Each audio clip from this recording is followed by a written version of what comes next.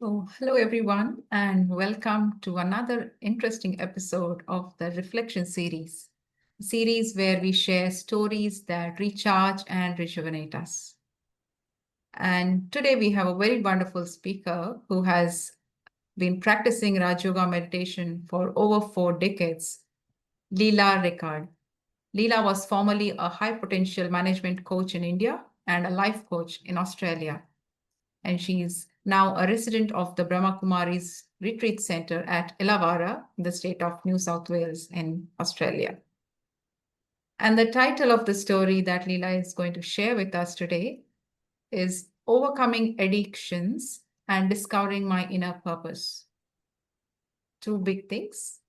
So Leela shares about the two biggest springboards in her self-transformation. So overcoming addictions and discovering her inner purpose.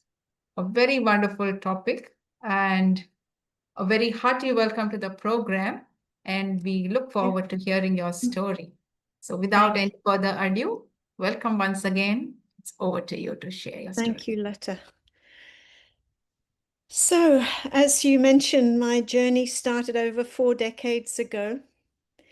I was a typical teenager growing up in Australia in those days, which was very much a pub culture. We all went to the pub. I started going to the pub at 14. They had music, bands, friends, it was the big thing. And all the pubs in those days hotels were spilling out at the seams. But many of us of that generation became addicts, became alcoholics, became addicted to smoking and everything else. And I was addicted to everything, it seemed. I was going to university at the time, and I had to leave in the middle of my second year because I couldn't concentrate. I couldn't focus. And I found I couldn't wait to go down to the university tavern to meet my friends. And I just was beginning to get into quite a mess. I can actually say I really was an alcoholic. And because my life was such a mess, I decided to go searching for some way out. And I won't give the whole details because the time is short, but I found this flyer on Learn Meditation, helps restore your memory, helps improve your well-being, helps you to become happy, brings you peace of mind, and everything on this list I didn't have and I needed. Even at my young age, I was 23 then. And I went along to a center and started meditating. And I moved location, which helped a lot. And actually, I went to London, where I really immersed myself in this life of meditation. And then I had to face my addictions, and alcohol was taken away from me. That was easy. I was in a new location with a new environment, and I didn't have the same temptations. But I became a food addict, sneaking food at night. I became a compulsive overeater. In fact, I was before, and I went to this organization called Overeaters Anonymous. And I just got bigger and bigger and bigger. And I got a shock seeing myself in a photograph one day, thinking, is this who I've become? Because, it was an emptiness inside. And so my meditation teacher advised me at the time. She said, what is the one thing that you eat the most of? And it was easy. In those days, they made this beautiful fresh bread. I said, well, bread. And she said, well, just give up one thing, just one thing. And you can eat anything else as much as you want. And I was a bit horrified. What? I can eat as much as I want, but I'm already fat. She said, it doesn't matter. Just give up that one thing. And so after a week of just stopping that one thing, I went to her and said that I had managed it, and I was noticing that I was eating even less. And she said, okay, Now give up something else. What's the next thing? And of course, I knew what the next thing was. And then she said, slowly, slowly, everything that you start eating too much of, once you've conquered the one thing that you're eating too much of, then take on something else. And my weight came down, my compulsiveness came down. And the reason this happened is because I was starting to take control. And this is the thing about addictions, we're out of control. Even to this day, I have certain addictions, but they're very, very slight. You know, you wouldn't even know, you wouldn't really call them an addiction. Like to my bed, getting out of bed in the morning, you know, is a bit of an addiction. But because I have developed this self-mastery, thanks to this sister all those years ago, I found it very easy to give up things that don't serve me. And I learned along the way a little understanding about pleasure and pain. You know, especially addicts, we have we take something that will give us a short-term pleasure at the expense of a long-term pain, and that's what addiction does. It's a quick fix at the expense of our long-term happiness. Whereas if I am prepared to undergo a little bit of pain today, giving up something that doesn't serve me, then in the long run, I'm gaining happiness and pleasure. And this was a big realization in my progress of transformation. And also, after many years, once the addictions was well in hand, I didn't have any more real physical addictions. But what I did have was a lack of direction and a lack of control over my thinking. And so I underwent this course, which invited me to discover what is my unique inner purpose. And I got there by asking myself a series of questions, you know, what gives me pleasure, what gives me happiness, and what are your strengths, what are my virtues, my values? And I found that, I mean, as meditators, we all have a singular purpose. We all want to transform ourselves. We all want to become better people. We all want to have elevated thoughts. We want to have inner power. But what's my unique purpose? So I started exploring that by asking these questions and by looking over my life to see what are my specialities. And sure enough, in every instance, I was kind of picked out of another trough that I'd fallen into, a sort of stagnation. Because this life of spirituality, it doesn't go up like this in a nice straight line. It goes up like this. It goes up and down and up and down, but then at least it's always going up. And it's kind of called a law of rhythm. There is this law of rhythm in life, that things go up and things go down. So I think, you know, today I may think I have the solution for all aspects of life, that I'm happy, I'm enthusiastic, I'm powerful, I'm doing really well. And then for some reason, everything goes down again and I lose my energy and I lose my enthusiasm. And what's wrong? You know, why aren't I gaining momentum? Why are my mornings tired? Why don't I feel like going out and doing some kind of service of some kind? And it would be because I've kind of lost sight of what is my unique contribution. Who am I that's different to everyone else? What's my unique differentiator? So I did a lot of exploration into discovering my inner purpose, and I still keep doing it. I still keep renewing this purpose. And of course, it takes quite an internal exercise to really look and see what is my purpose. And so we can't do it within sort of 5-10 minutes, but journaling is very helpful. If I ask myself a question in journaling, very often the answer comes, what do I need to do right now? In fact, I had this wonderful teacher, Daddy Janki, who was asked once on a radio show, if you were to define spirituality, how would you define it? And she answered, knowing what I have to do right now. And in journaling, we kind of ask this question, like, where am I going wrong? Where am I going right? And sometimes it's only after writing a page that it might come out. But it starts to establish very clearly in what direction I'm heading. I can even write a question to myself, and the answer will come out of the silence.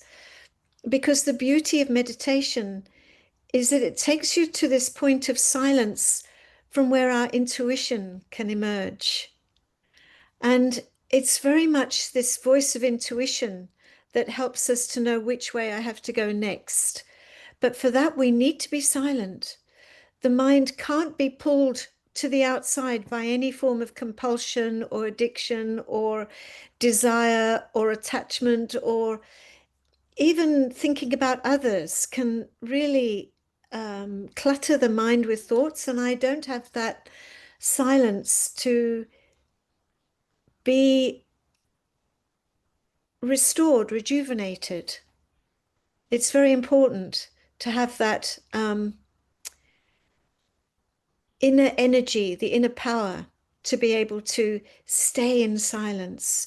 And just like giving up any addiction, if you start it off, even if it's only a minute of silence to begin with, that starts a process of self-mastery. And then maybe 5 minutes, then maybe 10 minutes. I couldn't meditate for more than 5 minutes when I started. Now I can meditate for as long as I like. It's quite an inspiring story that you shared, Lila. So, like the comparison, if we see of how you were when you started, or when you began, or when you started searching, and this long journey of 4 decades. And you also shared about how there will be ups and downs, but it's always going upwards. That was Yeah, a very beautiful thing to know. yeah. And uh, another aspect that I really loved was about the pleasure and pain aspect, that uh, if you look at the temporary pain and what permanent pleasure or happiness that you will receive, if you're overcoming it, or getting yourself into control, you're becoming a self-master, there's a different joy and happiness in it altogether. So, yeah, thank you for sharing your story. And as you have been mentioning about meditation, I think it would be wonderful if you could lead our viewers into a meditation experience with a commentary, if that's okay. Sure. Yeah. Thank you. Okay, well, you're probably familiar with the starting point, which is to experience myself behind the eyes, looking through the eyes, and feeling that I am not these eyes, I'm behind the eyes. I'm the consciousness, the pure consciousness.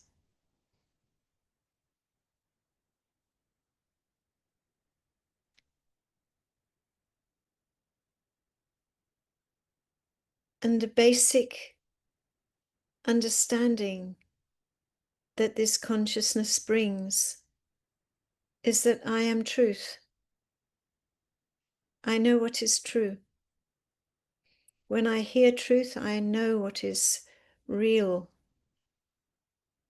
and what is beneficial and what is important. And the more I focus on what is beneficial and important, the more my power of discernment grows. the more I can realize what is not serving me, what is holding me back, what is pulling me down, and indeed, who is pulling me down.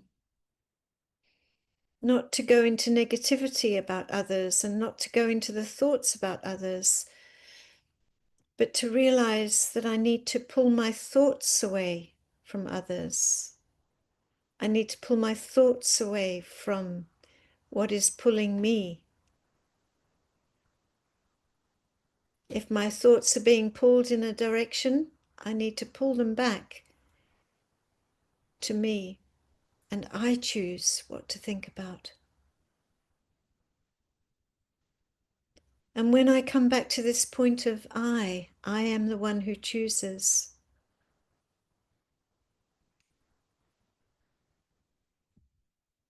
then I am really centered in a point where I can experience silence.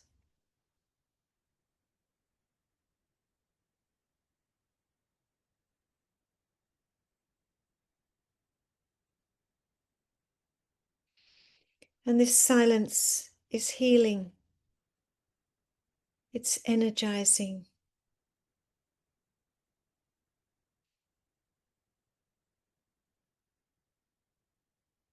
There is nothing that restores the mind better than silence.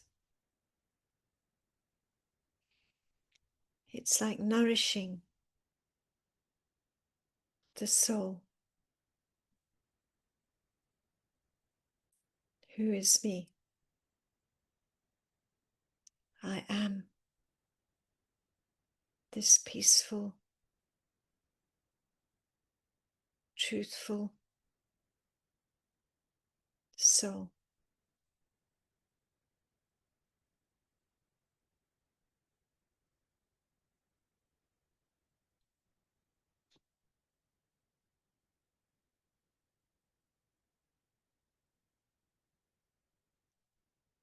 I can choose what to think. I can choose what I need to do because I have the power of discernment.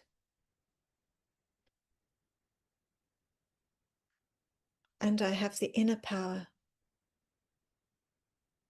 to change my choices, to do what is beneficial, to do what makes me happy.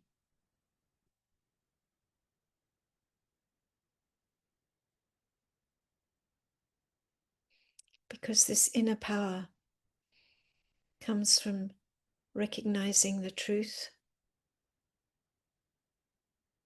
and from the experience of peace.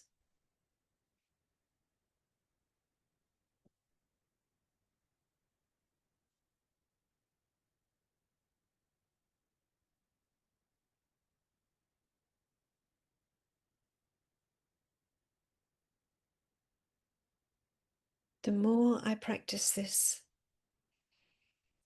the more I can embrace my life with enthusiasm and leave any depression or negativity or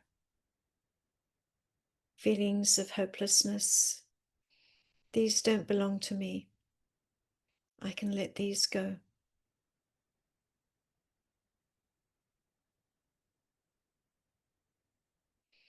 Because I can always move forward. I can always ascend. I just need to believe it.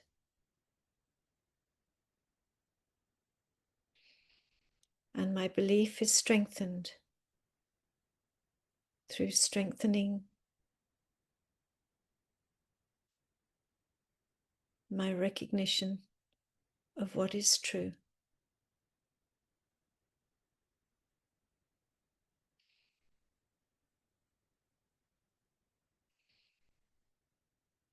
When I experience something, I know it is true. And no one can say otherwise, because I have the authority of my experience. So every step I take in a new direction, every time I resist something and take control, even if it's only for a minute to start or 5 minutes, that is an experience of victory. That is an experience of control, of self-mastery. And I can increase those experiences little by little, drop by drop. And then the magic happens. Everything starts to change all at once, for the positive, for the better.